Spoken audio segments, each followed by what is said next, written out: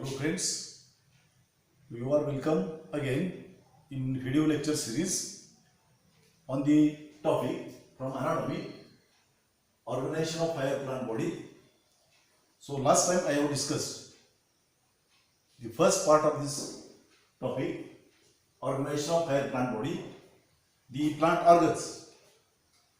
Today I am going to discuss the next part of this topic, organization of higher plant body, under the heading of internal organization in the higher plant body.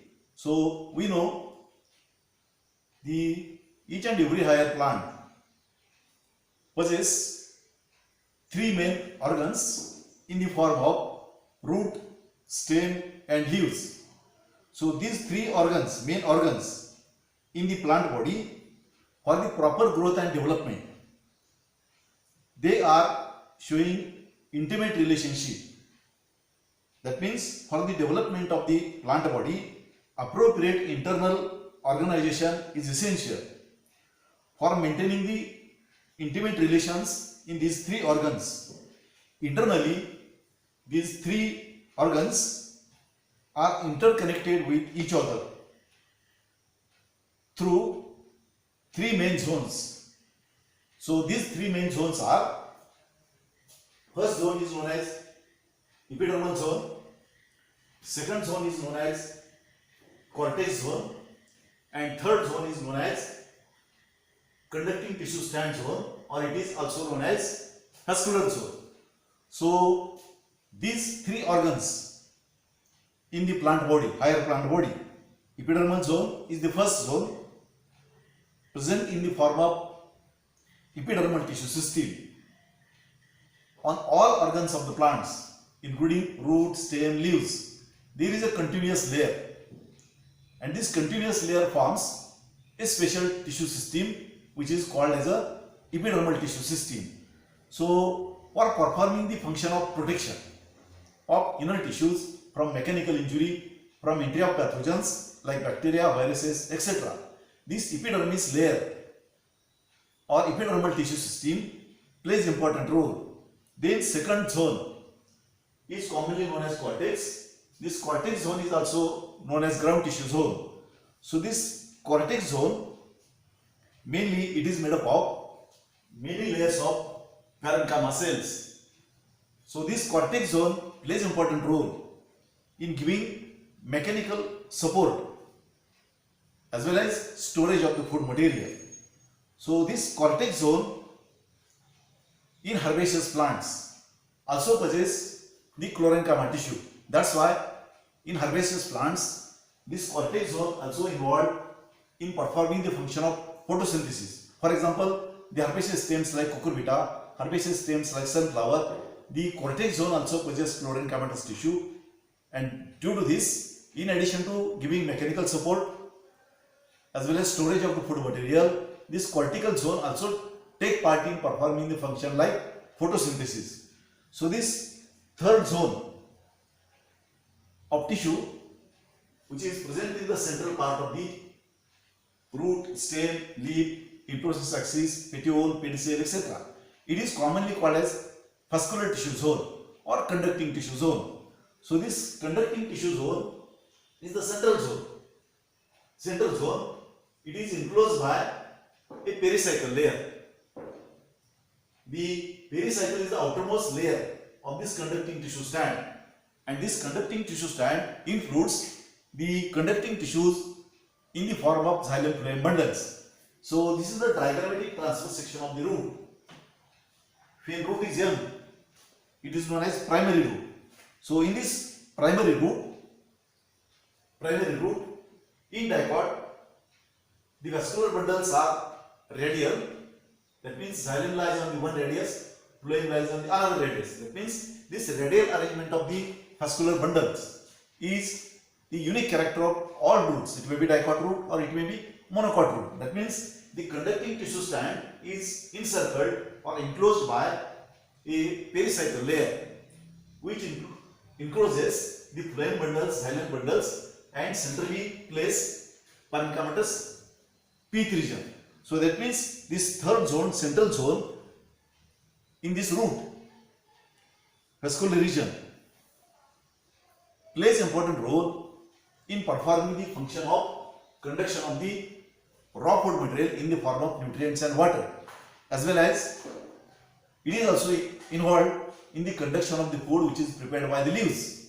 That means major function of this conducting tissue stand is the conduction of food material, and secondary function which is performed by this central tissue stand, conducting tissue stand, due to presence of the dead tissue like the xylem. It also involved in giving mechanical support to the organs possessing them. That means in primary structure, so that means in higher plant body there are two types of growth, primary growth and secondary growth.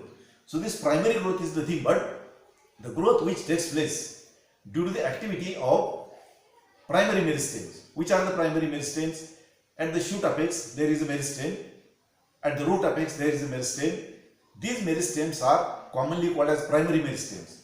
So these primary meristems are responsible for primary growth, development of shoot axis, development of some number of branches, development of the leaves, development of the root branches up to some extent. So afterwards, when number of leaves, number of branches increases, automatically the demand of the raw food material also increases. At that time, plant requires more conducting tissues, as well as in order to bear the weight of number of branches, number of leaves, plant also needs more mechanical tissue also. At that time, the secondary growth begins. That means after completion of some amount of primary growth, when plant needs more conducting tissues and more mechanical tissues, at that time secondary growth begins in case of dicot and gymnospermic root as well as stems. So after secondary growth, what happens? After secondary growth, this in the root, originally cambium, this vascular cambium is not there. It is developed from pericycle. And when this quark cambium develops, this vascular cambium develops, the cells of the vascular cambium redivides and produces the secondary xylem cells at the inner side. At the same time, this cambium cells, peripheral layers of the cambium cells redivides and produces the secondary phloem. That means this green band above this yellow band is the band of vascular cambium. This green band is the band of secondary phloem. This red zone is indicated by the secondary xylem. That means addition of secondary phloem takes place due to the activity of this vascular cambium.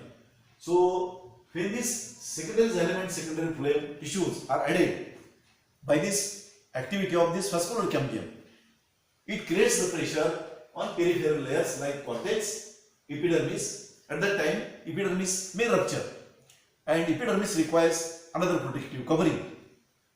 At that time, the cells of the pericycle in root, they produces another cambium. It is commonly called as quark cambium. And this quark cambium, as like this vascular cambium, also take part in cell division, tangential cell division, and produces the thick walled sugarized brick shaped quark cell layers at its periphery. And at the inner side, this quark cambium bears or produces the secondary pericycle cells. That means after the activity of this vascular cambium and this quark cambium, the diameter of the root increases, and this increase in diameter is commonly called as secondary growth. That means in dicot root, old root, the secondary tissues in old root shows the addition of these quark layers at the peripheral side and addition of secondary xylem and secondary phloem tissues at the central region, which are responsible for secondary growth. So if we observe the internal organization in stem, in case of each and every dicot stem, in primary stem, that means case of dicot stem, when it is young stem means primary stem. So young stem shows the uppermost zone in the form of epidermal tissue system or epidermis. Epidermis zone is followed by hypodermis. In herbaceous stems, this hypodermis is generally made up of collenchyma tissue. In woody plants, this collenchymatous tissue is not there in hypodermis region. It may possess in the cortex. That means second zone is the cortex. In woody plants, the cortex zone may possess the sclerenchyma bands or sclerenchyma patches in order to give more mechanical support. Then innermost layer of this cortex is commonly known as endodermis. So this endodermis is the innermost layer of this ground tissue zone or second cortex zone, which separates the central conducting tissue strand from cortex region. So inside this cortex region, there is a centrally placed conducting tissue strand which is enclosed by this pericycle layer. So in this pericycle, this is the transverse section, diagrammatic transverse section of sunflower root. It shows the pericycle in the form of patches of sclerenchyma opposite to the vascular bundles. And in between vascular bundle, this pericycle is made up of parenchymatous tissue. That means pericycle is made up of partially sclerenchyma tissue and partially parenchyma tissue in between vascular bundles. So this pericycle is the outermost covering of central conducting tissue strand or vascular tissue region. That means third central region is commonly known as vascular region or conducting tissue strand region. So this vascular tissue region enclosed by pericycle, which shows the vascular bundles, vascular tissues in the form of vascular bundles. So in each and every dipod, vascular bundles are arranged in a ring-like fashion. Vascular bundles are arranged in a ring-like fashion. So each vascular bundle possesses xylem, primary xylem at its inner side, primary phloem at its outer side, and in between xylem and phloem there is a band of cambium. It is known as intravascular cambium. So when some amount of primary growth takes place in each and every dicot and gymnospermic plants, when number of branches, number of leaves increases, at that time the demand of the raw food material by the plant also increases, as well as the mechanical support which is needed by the plant in order to give more mechanical support to the increased number of branches and leaves. At that time, in order to fulfill the demand of the plant, like more mechanical tissues and more conducting tissues, at that time this vascular cambium is developed. So this vascular cambium is responsible for addition of secondary xylem at its inner side, addition of secondary phloem at its outer side. When secondary xylem and secondary phloem tissues are added by the activity of this vascular cambium, they create the pressure on peripheral layers like cortex as well as epidermis. When epidermis ruptures due to the pressure created by the secondary tissues added by this vascular cambium at the central region, when epidermis ruptures, at that time there is a possibility of excessive loss of water through this ruptured epidermis, as well as there is also possibility of entry of pathogens like bacteria, viruses through the wounded portions of the epidermis. So protect the plant from these injuries or entry of the pathogens or desiccation or loss of water. When plant requires another protective covering, at that time another cambium is developed, and this cambium is commonly called as quark cambium. So this quark cambium is developed from permanent tissues of cortex, and as like this vascular cambium, the cells of the quark cambium are also having ability of cell division. They redivides and produces the sugarized thick walled brick shaped cells at the peripheral side. It is known as quark layer cells. And at its inner side, it produces the secondary parenchyma cells, and this three-layered zone, quark layers, quark cambium, and secondary cortex zone, these forms the periderm. That means in old stems of the dicot and gymnosperms, the epidermis is totally replaced by this periderm zone, periderm layer. That means when stem is young, function of the protection is done by epidermis. When stem becomes old, epidermis ruptures. At that time, when plant requires another protective tissues, at that time this new quark cambium is developed, and this quark cambium is responsible for development of this periderm. That means due to continuous addition of this secondary xylem, secondary phloem, the girth or diameter or thickness of the plant also increases. Girth or diameter or thickness of the plant also increases, and this is nothing but the secondary growth. So in case of woody plants, due to the activity of this vascular cambium, constant addition of secondary xylem takes place at the inner side, and year after year this cambium, vascular cambium, remains functional. This vascular cambium remains functional throughout the life of the plant and produces the more secondary xylem at the inner side and less secondary phloem at the outer side. And this secondary xylem, which is produced by this vascular cambium, secondary xylem produced by this vascular cambium, is responsible for formation of wood in the perennial plants. That means in woody plants, wood is developed due to the addition of this secondary xylem by the activity of this vascular cambium. So that's all about this internal organization of higher plant body.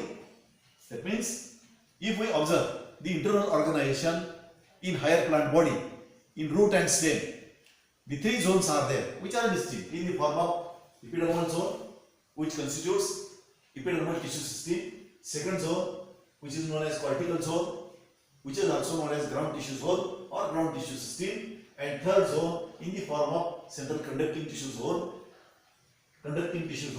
It is also known as vascular tissue zone. So if we observe the another organs, for example, if we observe the monocot stem, the anatomical characters in the internal organization of monocot stem is different from anatomical arrangement or internal organization from dicot stem. So what is the difference? In dicot stem, vascular bundles are arranged in a ring. When in monocot stem, vascular bundles are scattered in the ground tissue. In dicot stem, the endodermis is there, which separates the conducting tissue stand from ground tissue or cortex. But in monocot, vascular bundles are scattered in ground tissue. There is no endodermis. That's why we can't differentiate the conducting tissue stand zone from cortex zone. This is the basic difference. That means vascular bundles in dicot are conjoined, collateral and open. Meaning of conjoined is xylem and phloem lies on the same radius. Collateral means xylem and phloem lies side by side to one another.